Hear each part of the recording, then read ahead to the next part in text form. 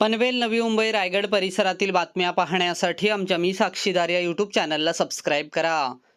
गुन्हे शाखेच्या अनैतिक मानवी वाहतूक प्रतिबंधक कक्षाने तुर्भे MIDC परिसरातील एका लॉजवर छापा टाकून देह व्यवसाय प्रकरणात 2 पीडित महिलांची सुटका केली, तर तिघांना अटक करण्यात आली।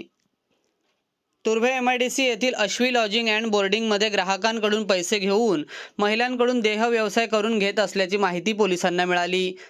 त्यानुसार पोलिसांच्या पथकाने लॉजवर छापा टाकला। कारवाई दरम्यान 2 महिलांची सुटका करण्यात आली।